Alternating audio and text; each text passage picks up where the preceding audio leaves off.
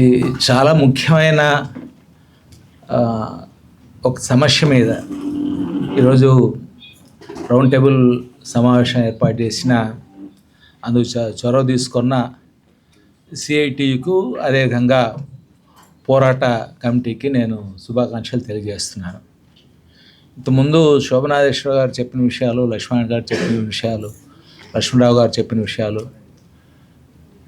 వాటన్నిటితో కూడా నేను పూర్తిగా ఏకీభవిస్తున్నాను. కాబట్టి ఆ విషయాలు మళ్ళా నేను ప్రస్తావన చేయట్లేదు. అయితే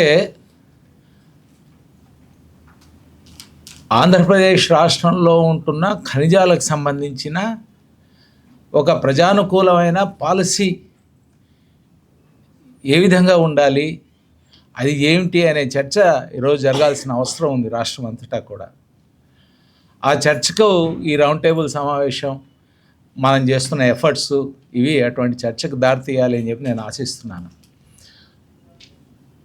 రాయలసీమలో ఉన్న ఖనిజ సంపద అది మొత్తం దేశం సంపద, రాష్ట్రం సంపద.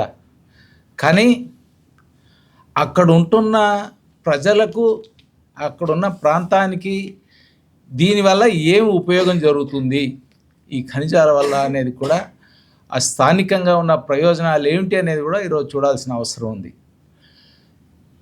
ఈరోజు మనం ప్రపంచ రాజకీయాలనే శాసిస్తున్న ఏంటి అంటే ఈ స్ట్రాటజిక్ మినరల్సే, రేర్ ఎర్త్ మినరల్స్ అనేవే ఈరోజు ప్రపంచ రాజకీయాల్లో, లేదంటే ప్రపంచానికి సంబంధించిన దేంట్లో తీసుకున్నా కూడా అవి కీలకమైన అంశాలుగా మారుతున్నాయి. చైనా లాంటి దేశాలు తమకున్న ఈ రేర్ ఎర్త్ మినరల్స్ను వాటిని దూరదృష్టితో వాటిని వాళ్ళు కన్సర్వ్ చేసుకోవడం వల్ల, వాటిని ఎట్లా వాడాలో ఒక పాలసీ తీసుకోవడం వల్ల ఏ రకంగా ప్రపంచ రాజకీయాల్లోనూ కీలకమైన స్థానంలో ఉండేది కూడా మనం చూస్తున్నాం. రాయలసీమలో కూడా అటువంటి నిలువలు ఉన్న బైరైటీస్ ఒకటే కాదు, లిథియం ఏదైతే ఒక కీలకమైన అంశంగా మారుతోందో, లిథియం అనంతపురంలో ఈ మధ్య బయటపడింది. అనంతపురంలో తాడిమర్రి దగ్గర బంగారు అక్కడ ఈరోజు ఒక కీలకమైన అంశంగా ముందుకు వస్తుంది. అట్లే యురేనియం ఉంది. ఇటువంటివి చాలా ఈ వెరైటీస్ వీటి నుంచి చాలా కీలకమైన ఫులెరిన్ అనేది ఒకటి వస్తుంది అని చెప్తున్నారు. చాలా విలువైన ఖనిజం అది. అంటే సీరియస్గా వీటిని ఎవరు పట్టించుకోవాలి? మనం ఇక్కడున్న 10-20 మంది లేదా ఆ గ్రామాల దగ్గర ఉన్న 100 మంది సరిపోతారా? దీన్ని ప్రభుత్వాలే పట్టించుకోవాలా? ఈరోజు ఎవరైతే ఇవన్నీ పట్టించుకోవాలో ఈ ప్రభుత్వాలు దేశద్రోహం చేస్తున్నాయి, మన రాష్ట్రానికి ద్రోహం చేస్తున్నాయి. అయినా అందుకే మనం వాయిస్ చేయడం, ఉద్యమించడం తప్ప ఇంకో మార్గం లేదు. వెరైటీస్ ఉంది. వెరైటీస్ను కేంద్ర ప్రభుత్వ వాళ్ళ ఉన్న సంస్థ జియోలాజికల్ సొసైటీ, ఒక కీలకమైన సైంటిఫిక్ ఆర్గనైజేషన్, అది దాన్ని ఒక హెరిటేజ్గా ప్రకటించింది. మన వారసత్వ సంపద ఇది, దీన్ని రక్షించుకోవాలని చెప్పింది. ఏదో మినరల్స్ ఇదే కాదు, ఒక వారసత్వ సంపద. ఎందుకని అంటే ఓ సైంటిఫిక్గా దాన్ని 10 కోట్ల సంవత్సరాల ముందు ఏర్పడిన ఖనిజం అది. 10 కోట్ల సంవత్సరాల ముందు అక్కడ సముద్రం ఉంది ఆ ఏరియాలో. ఆ సముద్రాల లోపల వాల్కనోస్ ఉన్నాయి. అక్కడ జరిగిన అనేక రకాల భౌగోళిక పరిణామాల నుంచి వచ్చిండేది అది. అందుకే దాన్ని హెరిటేజ్గా ఉండాలి అని చెప్పి చెప్తున్నారు. కానీ ఇవన్నీ ప్రభుత్వాలు వదిలేసి ఉండటం అంటే దీనికి ఇంకా ప్రజా ఉద్యమం తప్ప ఇంకో మార్గం లేదు. అందుకే మురళి కానీ, నాగేశ్వరరావు గారు, నరసింహరావు గారు కానీ చేపట్టిన ఈ మూమెంట్ ఇది అందరి మద్దతు దీనికి వస్తుంది. తప్పకుండా వాళ్ళు దాని మీద ఎఫర్ట్ పెట్టాలని చెప్పి నేను కోరుతున్నాను.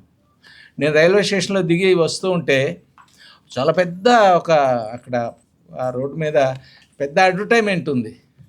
అదేంటంటే రాయలసీమ గవర్నమెంట్ అడ్వర్టైజ్మెంట్స్ చాలా పెద్దది, ఇంతకంటే పెద్దది. ఏముందంటే రాయలసీమను మ్యానుఫ్యాక్చరింగ్ హబ్గా చేస్తాము అని దాంట్లో ఉంది. అంటే మ్యానుఫ్యాక్చరింగ్ హబ్గా చేస్తామంటే ఇవన్నీ తీసి పంపిస్తామని అర్థం, అంతే, ఇంకేం లేదు. 4 లక్షల కోట్లు అది కూడా రాశారు. 4 లక్షల కోట్ల పైన క్యాపిటల్ వస్తుంది ఇక్కడికి. 4 లక్షల ఉద్యోగాలు వస్తాయనే మాట కూడా దాంట్లో ఉంది. ఉన్న ఉద్యోగాలు పోయేట్టు చేసి అక్కడున్న స్థానికంగా వాల్యూ అడిషన్ ఏదో జరుగుతుంది, ఆ ఉద్యోగాలు పోయేట్టు చేస్తూ ఏం ఉద్యోగాలు వీళ్ళు చేస్తారు. కియా పెట్టారు. కియాలో అక్కడ స్థానికంగా ఎవరికి ఉద్యోగాలు లేవు. కియాని చాలా ఒక గ్లోరిఫై చేస్తూ చెప్తారు కదా, అక్కడ ఎవ్వరికి స్థానికంగా ఉద్యోగాలు ఎవరికీ లేవు.